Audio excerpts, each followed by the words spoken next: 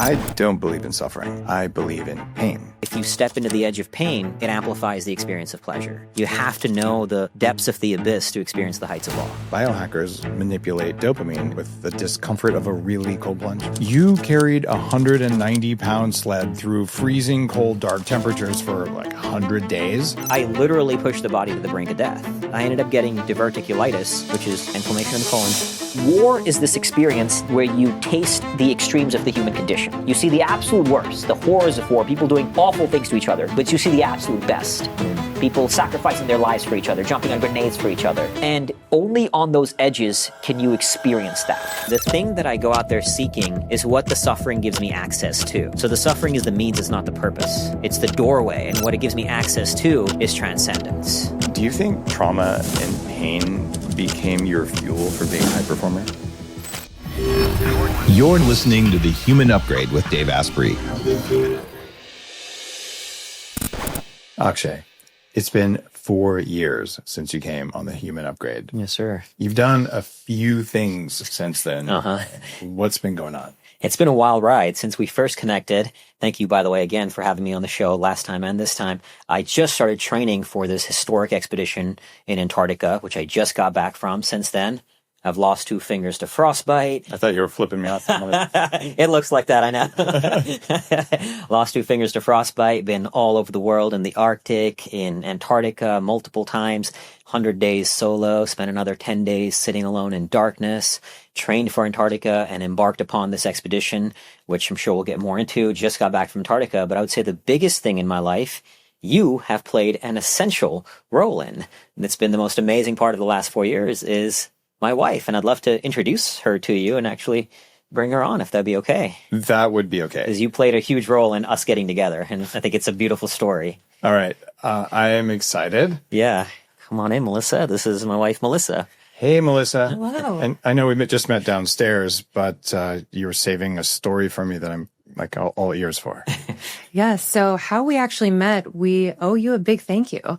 I had gone to my second round of 40 years of Zen, and it was in the last day we were doing a lot of work in Gamma. So tapping into intuition, and I had a vision that was so real of what my future partnership would look like. I even saw palm trees. It was so visceral that I ended up breaking my lease of 12 years and moving from Portland, Oregon to Scottsdale, Arizona on pure intuition. Without knowing who it was? No, without knowing who it was. All my friends and family thought this was a really wild move that came out of nowhere. But I was just so clear with my intuition that I knew he was there. And within 2 months of moving, we had met, we ended up getting engaged and married in less than 6 months, all from that intuition. But a second way that you played a role in this is before our first date, I'd heard that he was on your podcast. When I listened to the episode, I heard him say that he was more afraid of asking a woman on a date than going to war. And so I asked him on our first date. That is the craziest set of coincidences. Could not make it up. The other thing is, as we're in the studio recording this, it's in the evening. I spent all day today reading the manuscript out loud for my audiobook of Heavily Meditated. And today I was reading the part, and none of this was planned. I didn't know this was happening. I was reading the part about how you can train intuition, what intuition is, and it's in Heavily Meditated. So the fact that you had such a strong intuitive hit that you were willing to just disrupt your life without knowing the name or the face of the person you just knew was there for you. You're not making this up. No, I promise I'm not making this up. And it was so real that I had so much trust and faith. You know, I even committed to going to a new event every week when I got there until I met him. And the very first event I chose was put on by his friend. I could not make this up if I wanted to. Who also does a lot in biohacking as well. He runs a place in Scottsdale that has cold tubs, infrared sauna, and she went to learn how to do ice baths. Wow. Yeah. He's a good friend of mine who owns that, and he introduced us. That is incredible. Well, I think I know the place. I know the guy you're talking about. What's his name? Michael Roviello? Yeah. With Aquamax? Yeah. Absolutely. Yeah, I've met Michael. Wow.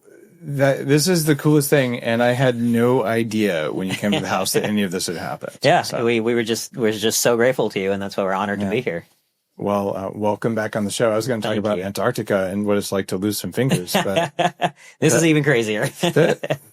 The whole idea that intuition is that real and that it's trainable. Actually, can I ask one more question about that? Yes, please. There's a lot of people who don't think intuition is real or that they can't count on it. How did you know that this intuitive hit you got on your final day at 40 Years of Zen, that as you know was real enough to just change your life? So a big part of it for me was that it was calm. Like, it was a calm knowing. You know, there's urgency when you're in fight or flight, but there was no urgency to it. It was just a pure knowing and a trusting, and then noticing all the little moments of serendipity and signs along the way that led me to move. And it was from a place of peace, not urgency, that I ended up tuning in. I love that. And if you're listening to the show, that's one of the big signs that it's intuition. It's that first feeling. And it also doesn't come with baggage. It's that peaceful knowing. And, well, I'm really grateful that you did 40 years twice. And I'm 1,000 times more grateful that you got the download you were there for and that you took action on it, because it takes a lot of courage to do that. And you guys are working together now at Fearvana? Yes. Okay. Yeah. Now we're going into business together, and, you know, applying a lot of the skills that I had and his, and the combination allows us to do business together, which has been a beautiful evolution in our relationship as well. Wow.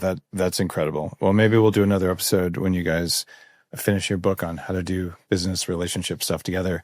But in the meantime, let's talk about Antarctica. Yeah, sounds good. Thank you for that impromptu story. I'm blown away. Thank you for having me. I'm deep in the middle of recording the audiobook for Heavily Meditated. And one of the chapters is called Go Spank Yourself.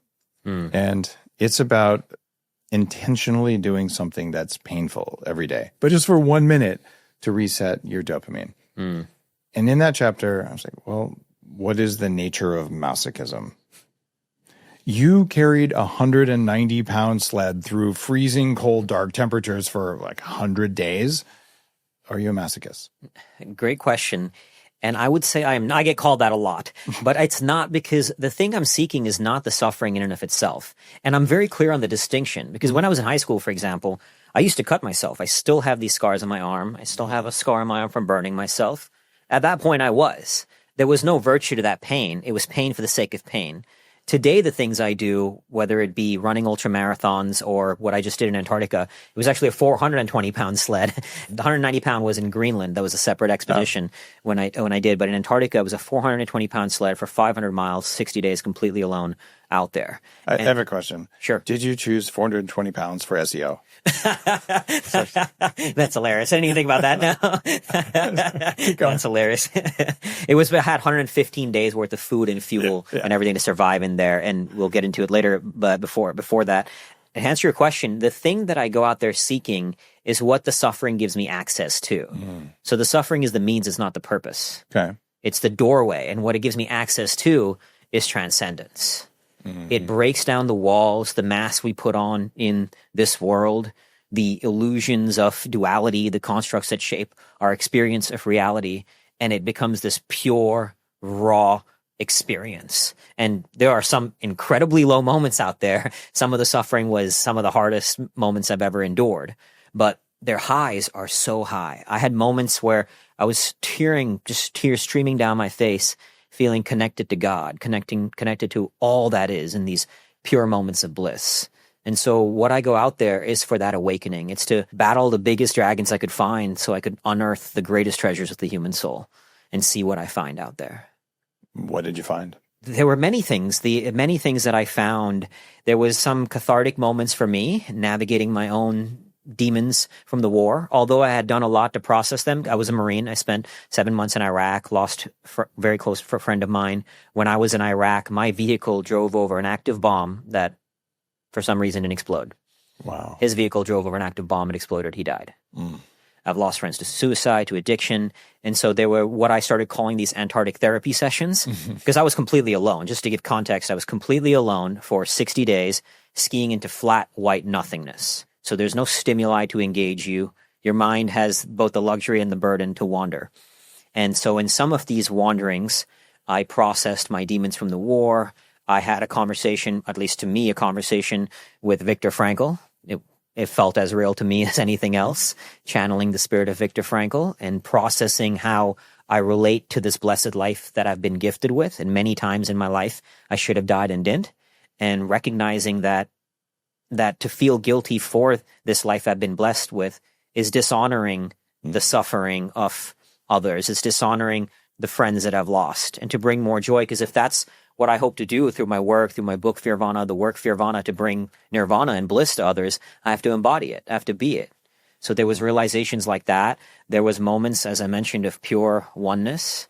And I think some of the most beautiful moments, the spiritual moments, were channeling into just being here purely in the now without stepping into the future. And it was hard to do, because there were 4 times when I was out there, I would break 20 kilometers, which was a good milestone. I really needed to break, hit 20 kilometers for that day. And that night it would snow. And the first time this happened, I hit 21.9 kilometers. And the next day it snowed, and my kilometers went from 21.9 to 17 to 14 to 13. And the 2 sleds that I was carrying with all that weight, they would get stuck in the snow. Every few steps, I would have to wrestle it out. They'd get stuck again, wrestle it out. And this would go on for 9 to 10 hours. And when that happens, you have to bring yourself back into the now, or the mind's going to break. And that's a really profoundly beautiful moment to tap into that nowness at a very high level and experience it fully. I want to go back to something you said earlier.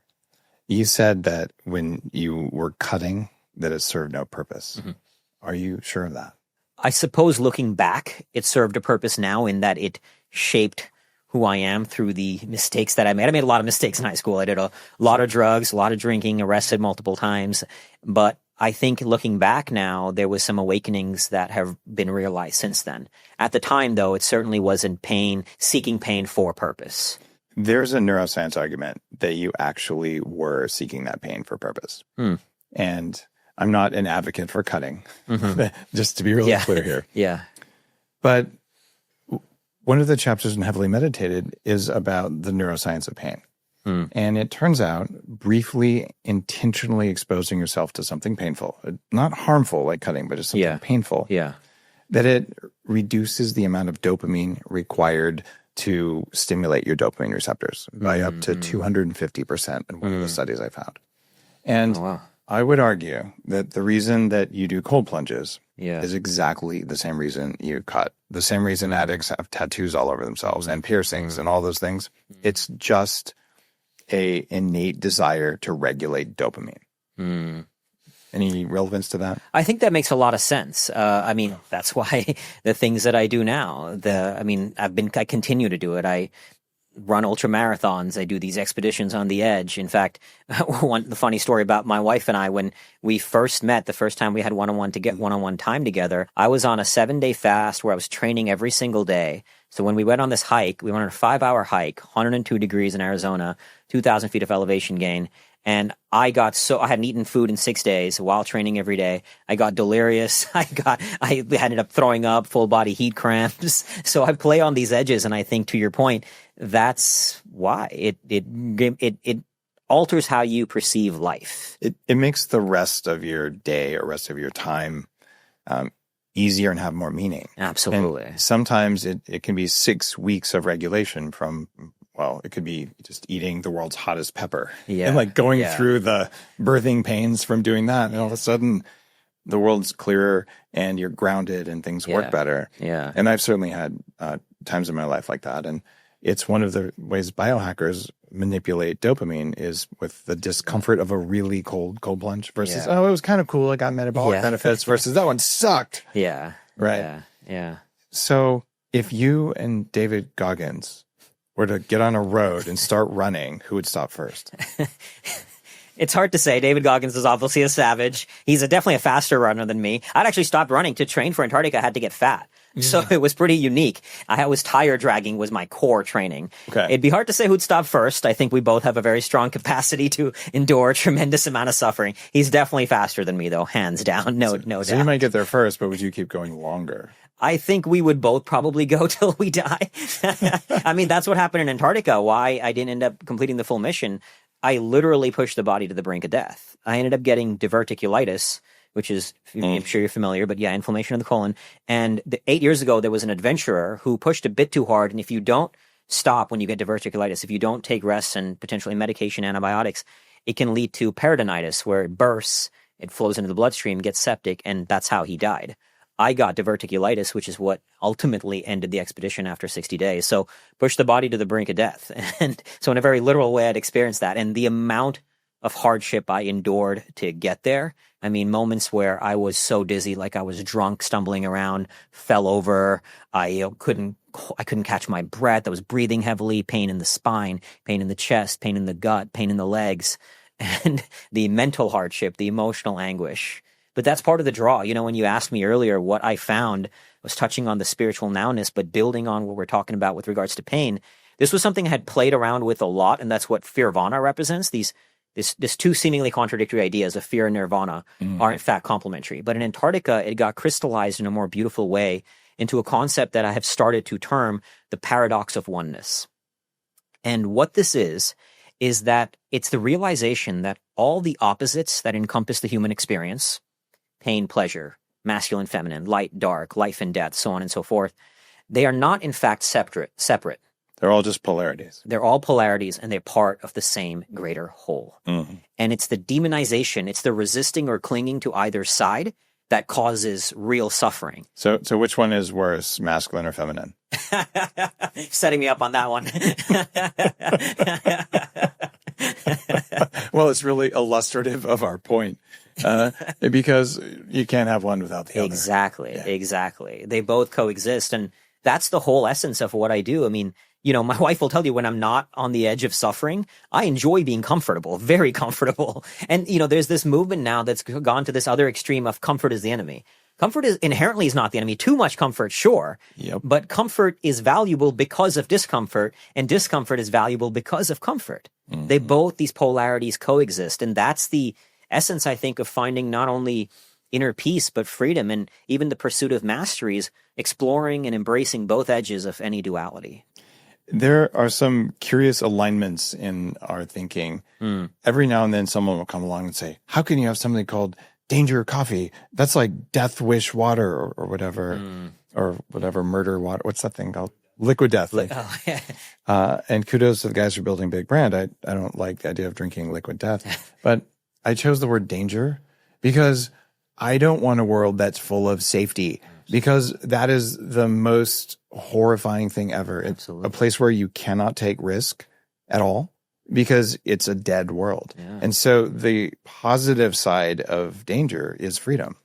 And with Fearvana, what you're talking about is, well, you can't have the peace and you can't have that calmness without having fear and learning how to face it. Exactly. So the alignment around just pointing out the polarities is really similar. That's beautiful. And neither one is negative at all. Exactly. And some people will hear Fearvana and all they hear is the fear. And you're trying to bring both sides of the polarity together to maybe depolarize it a bit. Yeah. You can't have a summit without a valley, you know? There has to be the lows. And I think a lot of times when I do talks around the world, I notice that people are scared to leap off the edge for the fear of falling, for the fear of pain. And as a result, they live their lives what Henry Thoreau would call the life of quiet desperation. But if you step into the edge of pain, it amplifies the experience of pleasure. You have to know the depths of the abyss to experience the heights of awe. So are you into BDSM? I am not. It's a different world, that. Just no judgment. You sounded like it for a minute there. It's just saying. My friends say that a lot too. Why am I seeing blushing over there? So that's hilarious.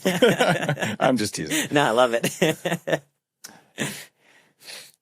You lost the ends of a couple fingers. Yeah. Frostbite. This was on this most recent. This was actually on the first one 4 years ago. ago. Got it. I think right after we connected that first time. It was right after. The exact timeline. Yeah. When's it going to be enough?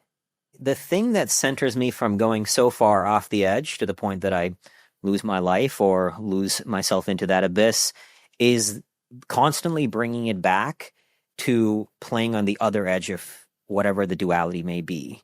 So as an example, you know, there was, this is one story that represents this beautifully. Many years ago, I'd gone on a run and I saw a sign that said 5K fun run. And I had visceral subconscious disgust at the idea of a fun run. You don't run for fun. Every run has to be an exercise in suffering. And if you're not suffering, you're wrong. And because I'd gotten so comfortable with that edge of suffering. And as a result, I was bringing in suffering in all areas of my life, which was not healthy. So I started playing on the other edge of joy. And that's one way in which I regulate to make sure I'm not going too far off one edge, is I'm always looking for a duality that causes me friction, and I play on the other edge of it. And I consciously do this. So one way in this example was playing on the edge of fun. I remember once I went to a retreat, and at every break they were doing light things like dancing and hula hoops. I would have rather been doing 100 burpees in the corner than doing that, but I would go into that. That was my discomfort, was doing light, playful things. When I struggled with control and surrender, I started playing on the edge of surrender, which is what drew me into the darkness the first time. Currently, the duality. When you say drew you into the darkness, what does that mean? Oh, yeah, sorry. I spent 7 days the first time and 10 days the second time in a darkness retreat, where I spent 7 days in pitch darkness, isolation, so dark you can't see in front of you.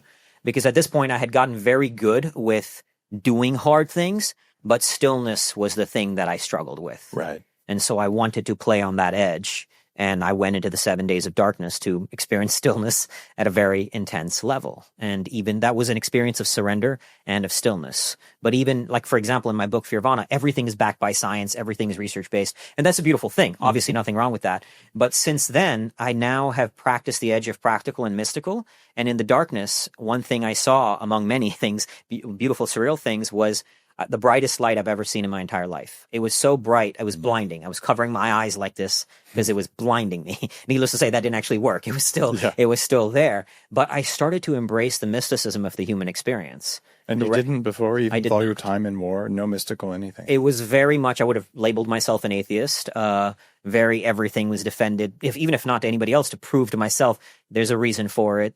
Practice the science of it, study the science of it, not embracing and accepting the mysticism of the universe. And that was in my own evolution to find that and experience that fully. I have done just about every kind of esoteric practice you can name. And one of the things that's been on my list for the last 15 or so years has been to do a darkness retreat. So I asked ChatGPT. So there's a lot of my work in the world. I said, one of those prompts you find on Instagram, what are the things about me that you wouldn't know, blah, blah, blah.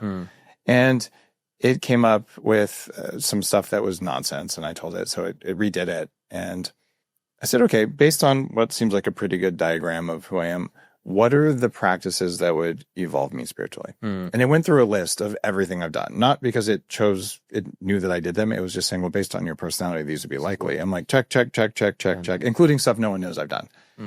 And on the list was darkness retreat. I'm like, hey, that is on my list. And AI figured that out. But then this was interesting. I said, okay, I know that there are different lineages that practice different forms of darkness retreat. Which form of darkness retreat should I do? And to its credit, it mentioned 5 different types, including the one that I had targeted that I wanted to do whenever I get around to doing it. So what kind of darkness retreat did you do? What lineage was it based on? Forgive my ignorance. I wasn't aware that there were different kinds. To the experience was the universal element in both times I went in was the darkness, and then everything else was sort of customized. Do you want to eat food? Do you not? Okay. I chose to do both times I did a juice fast. The second time I did 8 days of juice fast. Last day nothing, and then just sat in the dark and experienced deep, profound insights, meditations. But what were some of the lineages? There are Vipassana related ones, and the one that I was interested in is called Vajra armor. Okay. And it's an old Buddhist tradition. And they say if you have certain mantras and certain meditations while you're in darkness for 10 days, that you develop a certain kind of energetic shielding. And I don't remember the names of the other ones off the top of my head. Yeah. But it's interesting that different lineages,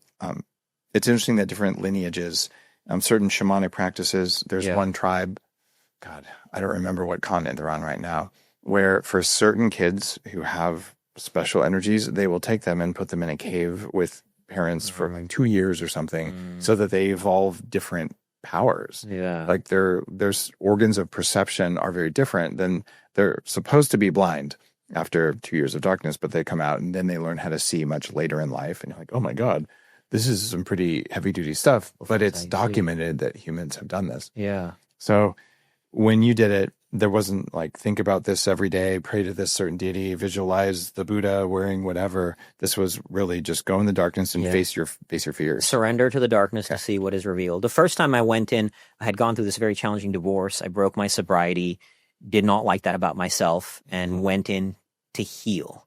The second time I went in, it was for training for Antarctica. Okay. So I went in specifically to master the experience of solitude, to build the kind of person I need to be to ski across Antarctica. I went deep into studying method acting that actors use to become a character. And so I went into the 10 days of darkness to practice in order to create that experience of solitude and shutting off the external reality through the visual lens. So I'm forced to go within, and it was more of an act of creation rather than healing the past the second time. But as far as there was no particular rule, so to speak, it was just surrender to the dark, do what calls to you, and allow what will show up. And you came out of the darkness, a spiritual, we'll call it believer. Very much so. Okay. The first time embracing the mysticism, I would say sort of magical light bulb, but that was definitely the trigger.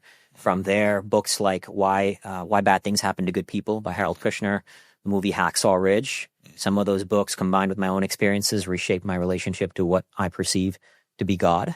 And that has continued since. And these experiences since then, since we last connected, I've spent 100 days alone in the polar regions, 60 in Antarctica, 40 on training expeditions, 17 days alone in darkness. And all of these have been profoundly, paradoxically, some of my most connected moments ever with not just God, but even my wife, even the people I love, with myself, were in pure solitude. Is there one God or many? To each their own, but to me, I don't believe in higher power God. I believe God is an expression of humanity at its finest. God is the thing that comes from us within when we see someone suffering and we feel pain for that person. It's this ethereal force, if you want to call it, that allows us to transcend ourselves for something greater. And that's why that movie Hacksaw, have you seen the movie Hacksaw Ridge? Yeah, a long time ago. It's a true story based on Desmond Doss, a Medal of Honor recipient. He single-handedly saved 75 people off this cliff. It's profound. It's unreal what he did. And even the deeper story beyond the movie, if you read his Medal of Honor citation, there's a documentary about him. And after each person he would pull off, sometimes as far as a football field.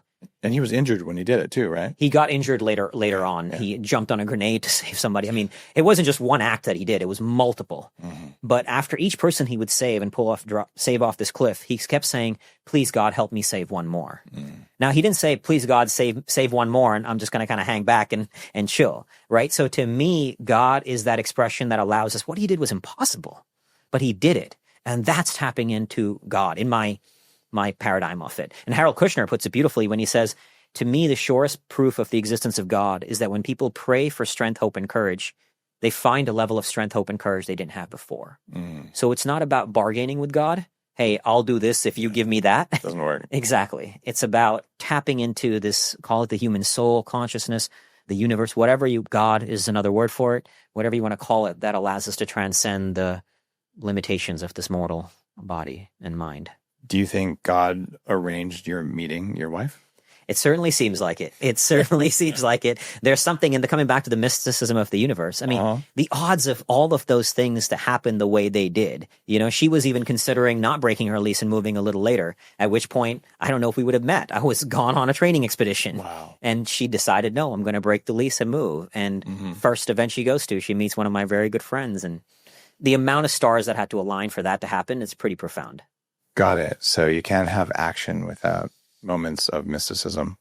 It's the duality, right? Strategy and serendipity. Yeah. One of the teachers I reference in Heavily Meditated talks about serendipity on demand. Dr. Barry Morguelan, who's been on the show a couple times. And that when you're paying attention, whether it's because you've embraced spiritual mysticism, whatever, or just when you're present or when your brain waves are in the right place, you can generate serendipity on demand. And I always wonder, am I generating it or am I noticing it? And it was always there. And I'll probably never be able to know for sure. But I like to tell myself that I'm generating it because why not? Right? Why not? Exactly. I mean, even the serendipity of you guys showing up with this incredible story I had nothing about on the day that I was recording that. Like, wow. All right. What are the odds? What are the odds of that? Yeah. It's beautiful. How do you handle boredom? Funnily enough, that's the duality I'm currently playing on the edge of, because even my friends, they were like, yeah, you can practice stillness, but you even do that in a kind of extreme way. Yeah, you don't do stillness. You can not move your body, but your mind is always moving, even when you're in the darkness, from what I hear, right? Yeah. Okay. So now the duality I'm playing on, as I mentioned, at every point in my life, I'm looking for a duality causing me friction. Mm-hmm. So the current duality I'm playing on is what I would call a meta duality. So the nature of duality itself is there's two edges, right? What's the opposite of the edge? The middle path. So that's what I'm currently playing on.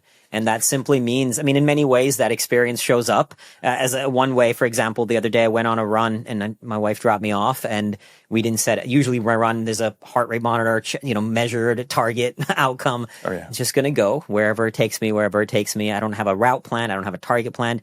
And so that was one expression of it. Other ways are simply, there's a great teacher, I forget his name, who said to me, if somebody asked me the definition of spirituality, I would say it's the sanctification of the mundane.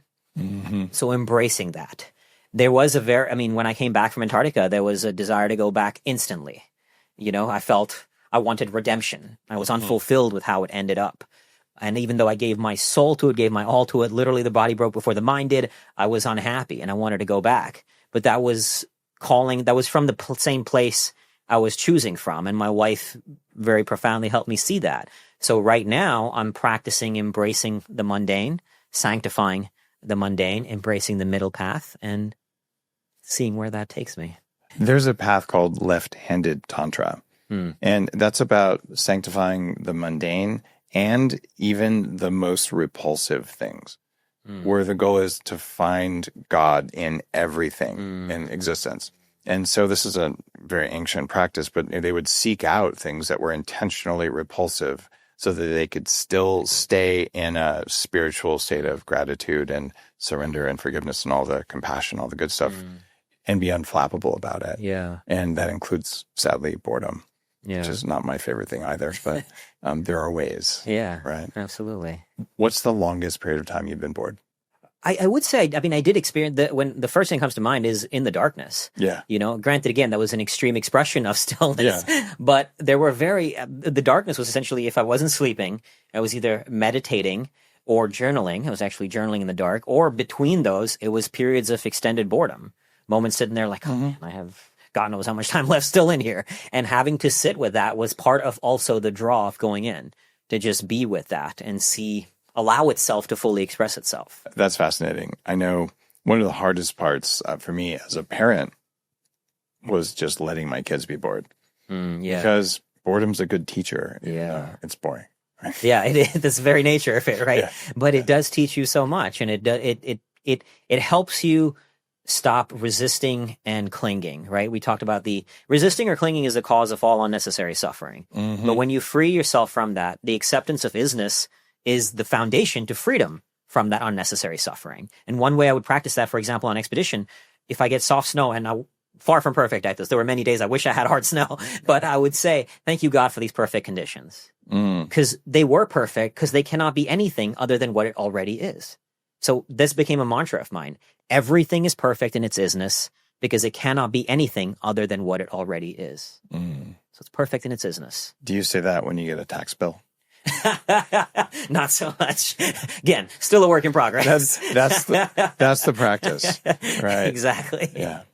Exactly. Have you ever been betrayed?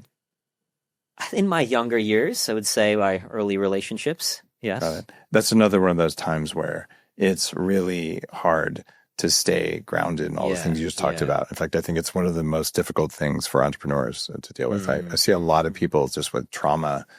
It's not the same as war trauma, but it is spiritual scarring. Absolutely. And where someone you trust intentionally does something to harm you, and that's a tough one. Yeah. And just learning how to go through that and not have it take you off your path, sometimes permanently. Yeah. It's one of the more difficult things. Is comfort really the enemy of greatness? I think it's a part of the path to greatness. Comfort is, absolutely. Okay. If you look at anybody, look at the great in any craft, the legends in athletics is kind of where I go to, fitness and sports. They spend as much on their recovery as they do on their training. The ones who win spend even more on recovery. Exactly. Yeah. So to your point, this demonization of comfort is as mistaken as the demonization of discomfort. And this is good go. This is coming back to the paradox of oneness. This is the foundational spiritual concept that I believe is the key to attaining peace and freedom, and to free your mind from those constructs that create the demonization of one element or the other. And what I mean by that, I believe this, I love your name of your podcast, Human Upgrade. I believe this to be one of the core fundamental human upgrades, is the ability to free your mind from the constructs that limit it. And what I mean by that, at a very simple example. So when I see this, I see a black wall. How do I know that thing is black? That structure is a wall. I was taught at a young age, this thing is a wall. So all conceptual mind, all words are limited by constructs and by the things we are taught, right? And they shape us in every way. As an example, when I did a 24-hour ultra marathon, there were a lot of people in my family who had never heard that was possible. The longest they'd ever heard was a marathon. So their construct of reality was a marathon is long. When you run ultras, a marathon is a warm-up. But that's all just shaped by a paradigm, by a construct, right? And the point, and it's not to say constructs are good or bad. The point is to, once you recognize these constructs exist, when I first went on this path, every time I would drive, I would start saying, I would repeat this mantra: I'm awakened to the truth that all of my reality is an illusion. I'm awakened to the truth, all of my reality is an illusion. Why is that a red car? Because that's what I've been taught. And so the first step was simply becoming aware that everything I'm experiencing is not reality as it is. It's the lens of reality. That's how we engage with reality, not as a real thing, but through the lens. Once you recognize it's a lens, so like in your case, you're wearing these glasses, the world is seeing the color. We're all wearing glasses. But once you recognize it, you can alter it. You can create a new paradigm. You can create a new construct that serves you on your path. And that is, I think, the mission now. And pure experience allows you to open the doors to seeing the release of those constructs, the oneness that exists. I mentioned some of these experiences in the darkness, in Antarctica. And once you get a taste of it, it's like a kid first hearing that Santa isn't real. Once heard, you can never go back. Right. Even no matter how many Christmas presents you see under the tree, it's shattered. That illusion is shattered. And that was the same thing for me. The illusion of separation was shattered. The illusion of how I engage with reality was shattered. And that's why even to me, the answer of that question, who am I, is I am the creator of my own illusion. And that gives me agency. It gives me ownership over my own reality and how I choose to experience it. You just landed on one of the two models of the brain that has the most evidence behind it. And one of them is that nature, whether you want to call it through design or evolution, nature always for all things alive, will evolve a user interface on reality that's fit for purpose of survival. So that by virtue of being in our meat bodies, we see the world in the way that makes our meat bodies survive the best, which is why we don't see ultraviolet, because we didn't need to, right? Yeah. And we sense certain things that other animals don't sense. Yeah. In fact, even time itself provably doesn't exist if you understand quantum math and all that kind of stuff. We just perceive time because it's really useful to not die. And so that's one model, is user interface fit for purpose. So of course you can edit your user interface. Every time you read a book, you edit your lens on reality a little bit, at least if it's a good book, right? Right. And then that's one. The other one is that your body predicts the future a microsecond in advance and only notices things that are out of expectation. Right? And this is Jeff Hawkins' work, the guy who created the first Palm Pilot, like the first handheld PDA, the great, great, great Neanderthal ancestor of the iPhone, right? And either one of those is relevant to what you're saying, right? Because this idea that, okay, I do have a lens on reality, I have to have a lens, and it's editable. It's like installing a new app on your iPhone. Exactly. Right? Okay. Yeah. Fascinating. You do that, you create your reality as you wish to live it. You can also look at saints like Milarepa. Have you heard of Milarepa? There's a cave in India where there's handprints on the wall. And he did this apparently in front of thousands of people. He'd go up, and I actually believe that all of reality is just a fantasy of consciousness. That if there weren't conscious beings, there wouldn't be any reality. And it's called biocentrism. But what he would do is he'd go up and he would convince himself that the wall of the cave wasn't really there, and his hand would go into it, and the handprints are still there, and people would make pilgrimages to go see it. And so, like, wow, it starts to get pretty spiritual when you're spending 100 days out in the darkness and you're dealing with this existential stuff. I guess 100 days wasn't dark the whole time. 100 days in the whiteness. 100 days in the whiteness, exactly. And 10 days in the 17 darkness. days in the dark, exactly. Okay. Yeah. Got it. It's fascinating that you've pushed yourself this far. Yeah, it's been a profoundly beautiful journey, one I'm very grateful for. You're in a relationship now. Mm-hmm. You're going to keep putting your life at risk like this? So to clarify, Antarctica is not nearly as dangerous as people think. It's way more suffering. And I've climbed mountains, I've run ultramarathons, I've done almost every outdoor sport you can think of. And polar travel is far more mental and physical suffering, but it's not nearly as dangerous. On a mountain, for example, I was on Denali, 16,000 feet. There's a thin ridge line, 1,000-foot drop on each side. You can fall off the mountain. Yeah. In polar travel, you're skiing on flat white nothingness. Oh, and there's no crevasses. The area that I was on, there was no crevasses. There could be on other sections, depending on where you did. But in the 60 days I was out there, no crevasses. I mean, as long as you know how to set up your tent in a windstorm. Obviously, that wasn't my first expedition, so I could not have been more comfortable in the sense of my ability to survive out there. Okay, so you felt well prepared. Exactly. So I'm not drawn to the danger as much as I am drawn to, again, not the suffering in and of itself, but the hardship that suffering opens doors to. Right? The bigger the dragon you battle, the greater the treasure you unearth. So I seek those dragons. Got it. So you're choosing suffering, but not danger. Exactly. Okay. It reminds me of Lara Logan, the famous 60 Minutes reporter. She was in multiple wars just on the ground as a woman, where she's at even more risk than men embedded with soldiers, and ended up having a really horrible thing happen in Egypt. And we talked about it on the show. And I asked her, I said, Lara, why do you keep putting yourself in danger? And she actually kind of got mad. She goes, I'm not. She said, do you think I didn't do all my preparation? Do you think I didn't have a backup plan? Do you think I didn't have people with guns protecting me? Like, I took reasonable risks that were worth it. Yeah. And what I'm hearing from you is you managed the danger so you could experience the suffering. Exactly.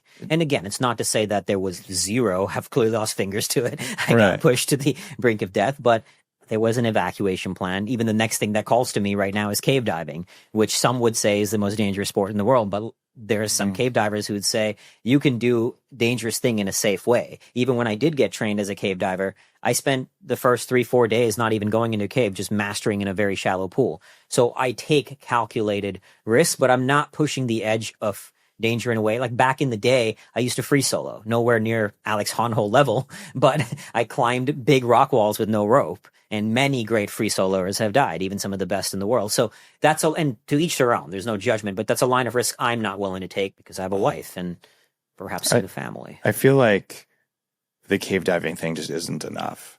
Like, isn't there such thing as like ice cave diving or something that could be more extreme? There's I think you're wussing out a little bit. Cave diving, different beast, exactly. But it also, like something like that, also allows us to not be gone for months on end. It's something that we could go to Mexico together, and I go off for a day and come back, and allows us to spend more time together. There is an adventure side of me that I will always be drawn to, and you can even do adventurous things at home. You don't have to go to the edge of the earth to do it. But it's... You ever think about just going into the forest and taking 5 tabs of acid and saving yourself a lot of time and money? And just going, exactly. I'm kind of serious about that. I've done a lot of LSD back in the day. I don't do any of even now. Back when I did it, it was not to any wasn't conscious for evolution. And it was just to get... I'm talking about using psychedelics in a spiritual context. In a spiritual way. Just to be clear. Fully get that. Of course, I totally get that. And today, the psychedelic experiences I get are from these things, the solitude in Antarctica, from the darkness. And there's absolutely no judgment, but for me, I prefer that path rather than I choose not to go down the path of psychedelics anymore. I feel judged. Tisha, most of my friends do it, and I'm respect all day. I do go to Burning Man, but honestly, if you were judging me, I still wouldn't feel judged because I don't care when people judge me. Love it. Exactly. That's the key. Absolutely. Do you think trauma and pain became your fuel for being a high performer? Very much so. When I first climbed out of the abyss I was in after the war, I was at a point that I was drinking a full bottle of vodka a day for days on end. Wow. Literally a full bottle. I would drink as soon as I'd sober up, go to the store, get another one. And this would go on. And one morning after 5 days of this, I was seconds away from slitting my own wrist, picked up a knife and was almost ready to do that. That shocked me out of the stupor I was in. That's when I began my climb out of the abyss, started reframing my relationship to trauma and how we view trauma, and recognizing that even this label of disorder that we attach to post-traumatic stress is a construct that does not have to define us. So yes, I struggled with survivor's guilt. I was hypervigilant of loud noises, didn't like being in crowds. All things I was told were symptoms of post-traumatic stress disorder. Until I started doing the research on trauma, reading a lot of books on it, navigating it through myself, my own spiritual seeking, that I spent 7 months in a war zone. Loud noises meant death. Mm-hmm. Being hypervigilant was not a disorder. It's a normal human response to war. It was an adaptation. Yeah. Exactly. And this is something in the book Fearvana and what I continue to call second dart syndrome, how we respond to it. So Buddha said we're all stabbed by the 2 darts of suffering. The first dart is the one we don't control. In this case, a loud noise hits, I'm hypervigilant. I didn't choose that. That was a response beyond my control. The second dart is what we do with that. It's the dialogue we go into in our head. And then if I have that label disorder, what's wrong with me? I hate me. Why did God do this to me? Bad things only happen to me. The world is evil, so on and so forth. And if you don't control this, if you don't pause with awareness to stop that spiral, it will, psychologists call it negatively biased, right? It'll go in a negative loop, and that's second dart syndrome. So I freed myself from this by first just being with it, but then using it as fuel. So this survivor's guilt I struggled with, for a long time, what I did was I had a picture of my friend that I lost in the war up on my wall, and it said, "This should have been you. Wow. Earn this life." And that guilt became fuel to earn my life. But like anything, what works, what got you here, what won't get you there. So the tools are different wherever you are on the journey. I believe you talk a lot about Maslow's hierarchy of needs, right? So the tools to get from survival to the next stage are different than if you're playing on the edge of absolute mastery and playing on the edge of self-transcendence, self-actualization. So that's what I needed for a time. It became my fuel. And it's still a place I can't consciously access. Guilt is, or PTSD is? I would say the trauma, the pain, the guilt, all of it. It's a place that I'm very much more conscious of accessing. So at times, like I was about to say in Iraq, in Antarctica, when I was really struggling, I would remind myself that you're lucky to be alive. There's people who don't. Celebrate this. You get to choose your suffering. That's a privilege many in the world don't have. Many in the world don't get to choose that. So honoring that, respecting that I've been through this. I've seen, not only in war, I've worked with survivors of sex trafficking, with former child soldiers, been in post-conflict zones, been in some places where you see people suffering at a level that's hard to even comprehend. Mm-hmm. And they didn't choose it like I got to choose mine. So I recognize that and I use that as fuel. And I'm, again, far from perfect at it, but more often than not now at this point on my journey, it's something I'm able to consciously access instead of being a prisoner to. It was something I also moved through in Antarctica in one of those therapy sessions I mentioned, mm-hmm. where recognizing that there was a part of me that still felt, to a very small degree, well, much less than before, restricting myself from joy mm-hmm. for the feeling that what have I done to, even if I look at separate from all the war things, I was born to good parents in India. As a result, I was blessed with 1,000,000 times more opportunities than most. I didn't do anything, one could argue, some would say I chose this body, but to deserve it. And so feeling that there's so many others who suffer, why do I get this life? But this was where I had that conversation with Frankl when I was out there, who said to me that, by you using my suffering, this is Viktor Frankl talking mm-hmm. to me, again, in my perception of reality. Sure. In my Viktor Frankl saying, by you using my suffering to create more for yourself is not honoring me. It's not honoring life. It's not honoring anything. You're dishonoring that. And so recognizing that if I choose to bring more joy to people, it's on me to be more joyful, be the change you wish to see in the world, right? And so there was even more freedom that I found out there. It had been processed a lot, but found even more freedom. And something I learned from my wife, she always, one of her mantras is, it gets to be easy. My mantra, like we did a hard hike in Hawaii, and she was really struggling. I was going through my own challenges, and we both were silent so we could be in our own head, navigate that internal dialogue. Her mantra was, it gets to be easy. It gets to be easy. Mine is like, suck it up, push harder, She actually told me that her real mantra was, don't push him off the edge. Don't push him off the edge. Is that probably more accurate. Isn't it? I was intuiting that. No, probably far more accurate. This clown took me up on this hike. She called herself an indoor person before me, so... But the point is, it's that duality again. You don't, and I myself, again, find myself demonizing one side from time to time until I become aware, recognize it's a construct, and then you find the freedom of mind through that. I don't believe in suffering. I believe in pain. You can experience pain, and you can experience things you don't want, like the first dart of Buddha you talked about. Yeah.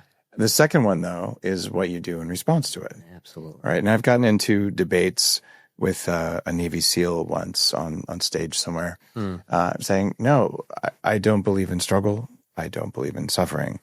I believe in applying every ounce of effort towards achieving something. Yeah. And if I fail, I don't have to suffer. I just failed. Yeah. But I put 100% into that. And that is the measuring stick I hold myself to, which is really, really difficult. Yeah. Right. So every time I catch myself wallowing or suffering, I'm like, oh, that's my choice. That's the second. Well, you're choosing to do things that you're labeling as suffering, but all your words tell me that you're choosing to do painful, hard things, but that you're not suffering. Yes. So it's to a certain degree, I suppose it's semantics, but in from what you're saying, it would be pain. And that's the unnecessary suffering is what I would call that second dart suffering. There you go. It's the response to the stimuli as opposed to were there moments of pain, physical pain, and emotional hardship out there? Of course. But it's what I do with that. It's how I respond to that. And that's the second darts. That's the resistance or the clinging to, as opposed to the acceptance of isness. And part of what the draw is to build that muscle of the acceptance of isness. And when you're out there on the edge, it really teaches you to do that. You start to agree you have to in order to keep moving forward or you're going to break. And it's a beautiful teacher.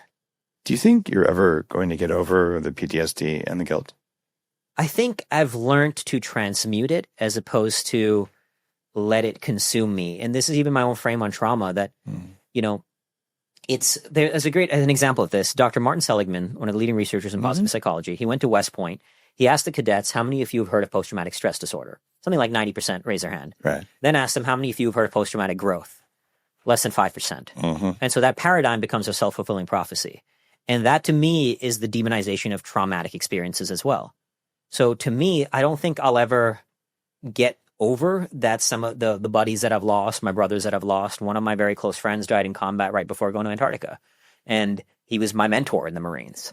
And those things stay with you. They live even in Antarctica. There was a day where I was skiing and just crying, thinking about my brothers that I lost in combat. But now they don't plague me. I definitely don't find myself drinking every day. So you can transmute your trauma. You can alchemize your trauma. So instead of viewing trauma as something to, and this may sound controversial, to heal from in order to go back to normal, view it as something to evolve into, as something that can make you better. And I think it has made me better. It has made the work better to help others navigate their own pain, their own suffering. And I have zero doubt there'll be future trauma. That's the nature of life. You're going to be thrown into the fire from time to time. People you love die. Things happen.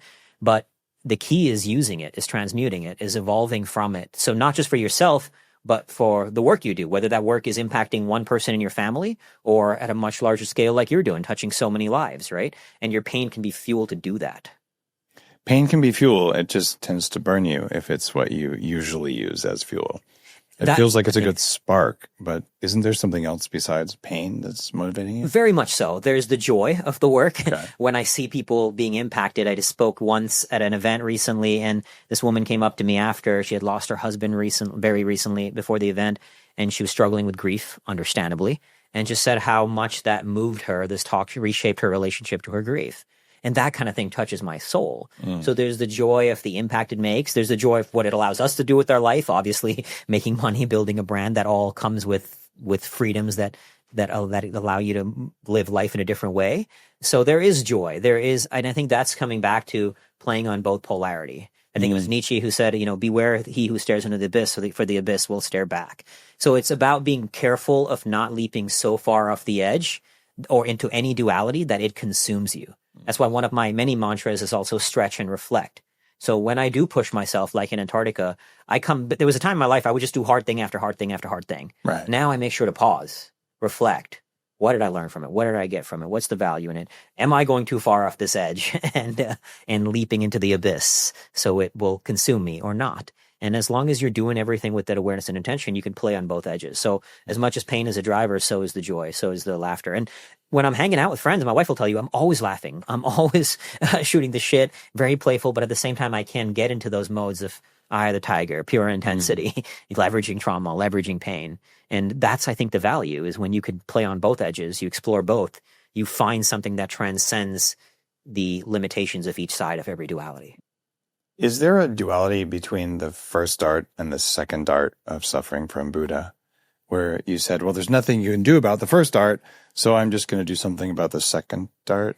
Oh, that's a great question. Why is there nothing you can do about the first? That's a great question. I think in time you can shift even the first dart that arise, 100%. So, like, I'm no longer hypervigilant of loud noises. Right, exactly. You got the point. Okay. So exactly. So I think at first, yes, I was, and it didn't instantly shift. Right. But you take conscious action. So even crowds, just to make it tangible for someone listening, I struggle with crowds, and I had to go into New York City at the time for work. And so what I would do is I would practice gratitude and appreciation. I would look at everything, the road I'm walking on. Think about how many people came together to make this road possible. These magnificent tall structures, the things human beings can do to the thousands of people came together for me to experience this very moment of reality. And so by focusing on gratitude, on appreciation for all that is, in time, I no longer struggle with crowds. So I think to your point, you can change the first star that arises. There you go. Gratitude is the first step on doing that, which is awesome. Exactly. So you are doing that. Yeah. And I feel like there's a duality you're talking about there where like, I just accept this first one, so I do everything in the second. I'm like, no, I think your first one's doing a little bit there. Okay. I think I think you use the second to then shift the first. And, as you keep moving through life, the first start becomes different. And if it's one that's not serving you, I think now I can change that more rapidly than I could many years ago. And that, I think, is mastery. I just saw a video from Novak Djokovic talking about that even he, one of the greatest tennis players of all time, still has moments of doubt. Hits a bad swing and still feels a little doubt. But what differentiates him from some of the ones who aren't as great is the ability to bring it back to center rapidly, to not let that consume him and bring it back to peace. And I think that's the goal. It's just like meditation. Your mind wanders, but you bring it back, right? It's not about never letting the mind wander. It may go, but you bring it back and you bring it back. And that's the process. Is isolation really the key to a good relationship? Today's world, we've seen so many people struggle with loneliness. Even when I do talk stuff, it's the number one thing people seem to struggle with is isolation. They were most awed by me spending 60 days alone. Right. And I get that, but it seems like we often use connection as a band-aid for solitude. And if you're doing that, if you're not truly comfortable with yourself, how can you truly build a healthy relationship with another? The most important relationship is the one we have with ourselves. Bad. So I think the key is, and look, there was a time when I was struggling with drinking, I could be in a room with hundreds of people drinking and zero desire to drink. My trigger was being alone. Whenever I did drink those bottles of vodka, I would do it when I was alone. My demons would rise to the surface. So I went from that to now spending 117 days alone in the last few years because I've now developed a better relationship with the self that allows me to. The reason why my wife and I could move at the pace we did, 2 months engaged, 5.5 months married. Now we've been together and thriving, could not have a better relationship. And it's because we both did that work. She went into her experiences in 40 years of Zen, the experience of that. She spent time alone. She was alone for a long time, becoming comfortable with herself, just as I was in my way, that allowed us to create a thriving connection.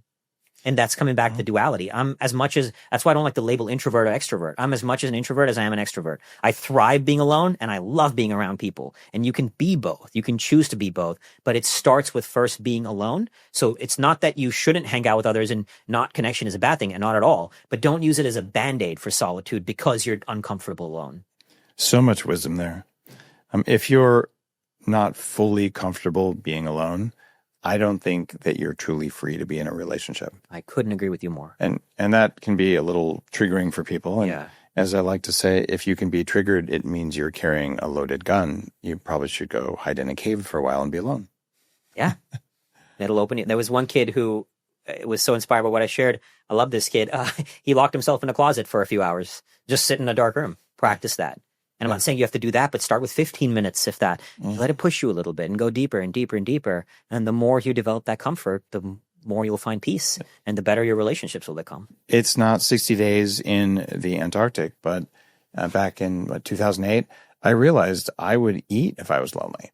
It's not the primary reason I was obese, but I definitely was like, I want the Ben & Jerry's. So I said, well, drop me off in a cave where there's no people and no food. So I can just face the loneliness and just realize, okay, there's nothing to eat. I'm just going to do it. Yeah. And I had other beliefs and all that I was working through. And Yeah. when you first said 60 days all by yourself, I'm like, that sounds like an absolute spa experience, minus the whiteouts and the cold. But, you drop me off in the desert with some water and some little food for 60 days. I'm like, all right, I got this. Yeah. Give me a hat. It's beautiful. Yeah. Okay. I love that. And I think a lot of people in the world today cannot comprehend being alone, even for a few minutes. And it's one of the most important skills I think we can develop, especially if you want to be in a long-term happy relationship. Yeah. It was the French philosopher Blaise Pascal who I believe said, all of humanity's problem stems from man's inability to sit by himself in a room alone. And to your point, when you're afraid of stillness, when you're afraid of that solitude and facing your own demons, as Carl Jung put it, until you make the unconscious conscious, it will direct your life and you will call it fate. And what stillness does, it's what solitude does, is bring that to the surface so it no longer runs your life without your awareness. It's a beautiful quote. Wow. Yeah, Carl Jung is one of the most profound teachers for me. He's had a huge Carl Jung, Viktor Frankl. They've shaped my life in big ways. What's the most important book you've ever read that inspired all this adventure? I would say Man's Search for Meaning ranks up there. I reheard it in Antarctica. That book has touched my soul in so many ways. That ranks up there. Were you actively meditating during those 60 days of just pulling that 420-pound sled, or was your mind just going places? A bit of both. There were moments of wandering for sure. There are other moments of repeating a mantra, silence in the mind. Other moments where there was no mind, there was no me, there was nothing. There was just oneness. I barely remember these moments because in some sense I wasn't there. There was no I. It was pure oneness. And there was other moments where I was just consumed by what I called a struggle bus, where it was just so hard and every moment just felt like a brutal amount of work. But that's part of what draws me to this is one microcosm of time. You experience multiple lifetimes worth of experiences, the highs, the lows, the stillness, the everything, the connection, even the experience that I had with my wife out there. I was calling her on the satellite phone. And the way she supported me, the tremendous love. Even love has this duality, connection and separation, where if you're around somebody 24/7, it'll probably drive anybody crazy. And I'm not saying separation means you have to go to Antarctica for 60 days alone. That's an extreme example, but the way it amplified our love even was so profoundly beautiful. And so there was very much these meditative experiences that I got to feel and go through out there, which was one of the many draws for this, is that transcendence. The transcendence above all and feel the oneness. Did you ever have spirits, maybe like your friend who passed in the military, show up to you when you were in Antarctic? When you were having all these visions? Yeah. Where you see angels, dead people? What was that like? I had more of that in the darkness. In this particular expedition in Antarctica, I didn't have as many of those moments of oneness and channeling these spirits and experiencing God because it was so hard. I've had that on other solo expeditions, but this one where it wasn't as hard, so I could kind of get in flow a little bit that allows that oneness. Sure. But in the darkness I did. I had moments where I was channeling the marathon monks of Mount Hiei, if you're familiar with them, Yusai Sakai, Leonidas from 300, my friends. And again, real or not is relative to me. They was as real as this experience was as real as anything else. So I've had that more in the darkness in some of my other solo expeditions where I could channel the spirits of people, call them forth to serve me in this moment and to keep moving forward. And that, sorry, go ahead. No, keep going. It's... That transcendence of the self to something greater is what, Viktor Frankl said, that self-transcendence, self-actualization is the side effect of self-transcendence. So in Maslow's hierarchy of needs, he has self-actualization as the highest, but actually what's not as well known is that self-transcendence was higher than that. And as Frankl puts it, is that self-actualization is a side effect. So to me, suffering is a training ground for self-transcendence, as is, of course, service, putting yourself, but that's what's so raw about the experience. It's inherently not pleasurable that it pushes you into a place of surrender. And that surrender is the thing I seek. That surrender is what the suffering opens the doorway to. As I said earlier, right? It's not the suffering in and of itself. It's the surrender. It's the shattering of the self. It's the shattering of the masks. When you're in the depths of pain, you don't care what you look like, what anything is, especially when you're completely alone in Antarctica. And it's such a raw, unfiltered experience for moments without all the constructs that cloud it. Wow. Willingness to suffer is a different thing than actually suffering. And the people who are unwilling to suffer, I think, are not in a good place. You're not. It carries more. Yeah, when you're willing to suffer because it's the only thing that's possible, even then am I going to suffer, or am I going to do the hard thing and fail or experience pain and then not suffer? And that's the edge there. Yeah, yeah. I was asking about your friend who passed in war, because another friend who I had dinner with a few months ago here in Austin, I'm not going to say who it is because I don't know if he's public about this, but he went on a similar trip and fell down a crevasse. And he made it. Oh.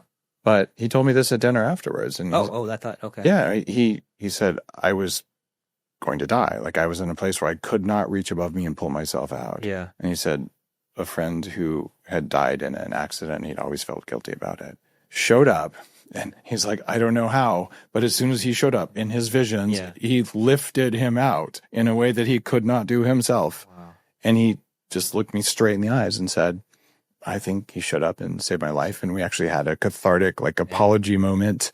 Wow. And I'm like, wow, maybe that happened to you too. Oh, that's beautiful. So in the darkness, though, you got to re-experience those. Okay. Yeah. There can be some just incredibly mystical things, but people don't talk about them because they're afraid of being judged. It happens to so many people. So I love it that you're talking openly about. I mean, in the darkness, I had what I perceived to be a perception with a conversation with God that led me bawling in tears. It was as real to me as anything else. Oh, yeah. I've been in similar places, and I couldn't even talk about it for a couple of days. I'm like, it's too much. I'll just blow a fuse. Yeah. So I can imagine. I get it. Can you really train courage like a muscle? I believe you can. The more you put yourself in situations that demand courage, the more you build a comfort zone with it. And it doesn't mean the fear goes away in the other hard thing you do, but you build the muscle of actually moving through the fear to tap into courage. And you can't have courage without fear. So in order to train the muscle of courage, you have to do something scary. And that could mean walking, as Melissa said earlier, I was more scared of asking a woman out than of going to war. And I had asked women out, not a lot, but Melissa, thankfully, she asked me out, but I didn't have to face that. But the point is, you can put yourself in situations that are scary, and the more you do it, it doesn't mean it gets easier, but you get stronger. You have more ability to do the courageous thing. And even the things you aren't confident in, you become confident to own that. There was a time in my life I was too embarrassed to even admit that I was scared of walking up to a girl. Now I don't care because I trained the muscle of courage in so many arenas that even if I'm not good at something, I own up to it. I don't care. And I'm scared and I'll own it. And so I think you can build that. I was not this way, to be clear. When I was younger, I was scared of Ferris wheels. Not even, let alone a roller coaster. My mom will tell you a Ferris wheel terrified me. I still remember we went snorkeling once in, I think it was Australia, Great Barrier Reef with my family. And I remember seeing the ocean drop off into the black nothingness. And I was too scared and I turned around. Wow. And now I've been cave diving. So the point is I systematically trained that muscle by doing scary things. You know, in some ways, you remind me of my friend Neil Strauss. Oh, yeah. Familiar. You know Neil? I know of him, yeah. He has a great book called Emergency, where he basically says, look, I'm paraphrasing, it's like, I was a scared New York Jewish young man, and I had all the New York neuroticism, and I couldn't stand it. So he put himself through all these really scary situations. Like, I think he went and he hung out with skinheads to learn survival stuff, and he went through urban escape and evasion, kidnapping school, actually inspired me to do that. There's this whole book of like conquering scary thing after scary thing. Great book by Neil. I think we got to be friends years later. I'm like, that book was kind of impactful for me because, you know, it led me to being handcuffed in the trunk of a car. That's bounty hunters chasing me, right? But actually that scared the shit out of me. I can imagine. I did it. Even though I knew it was fake, but still, it would, you know, my heart was racing. Yeah. So, you know, he went through this path and you're on that similar path as him. And that's partly why I'm drawn to many different pursuits, not just one, because I look for the different thing that scares me. And that's really what the book Fearvana is about, is building the muscle of courage so you can experience nirvana on the other side of it. What are you going to do when nothing is scary anymore? I don't know if that will arise. There might be a time when 50 years, right now, the thing that scares me the most is kids. That terrifies me. They're pretty scary. Having a child is terrifying to me. And that, I think it should be scary. It's not a bad thing. But there will be a time, maybe when I'm 80, 90, 100, who knows, that I would have transcended all of it. But I'm not sure. I think a different fear might present itself, and a different experience might result from that. So right now, there's still many fears, and I don't think I think that's part of the joy and the seeking is playing on those edges to see where else it will take you. The middle way is now a scary thing. You know what Buddha says all fear is ultimately? What's that? It's fear of death. Yeah. That there is no other fear. All the fears we have, Tied into the fear of death. procrastination, shame, embarrassment, Yeah. it's all fear of death when you peel all the layers away. Yeah, yeah. And that's been my finding with all the neuroscience and all the journey work I've done. So what's your take on death? At this point in my life, there's a tremendous fear of death. Mm-hmm.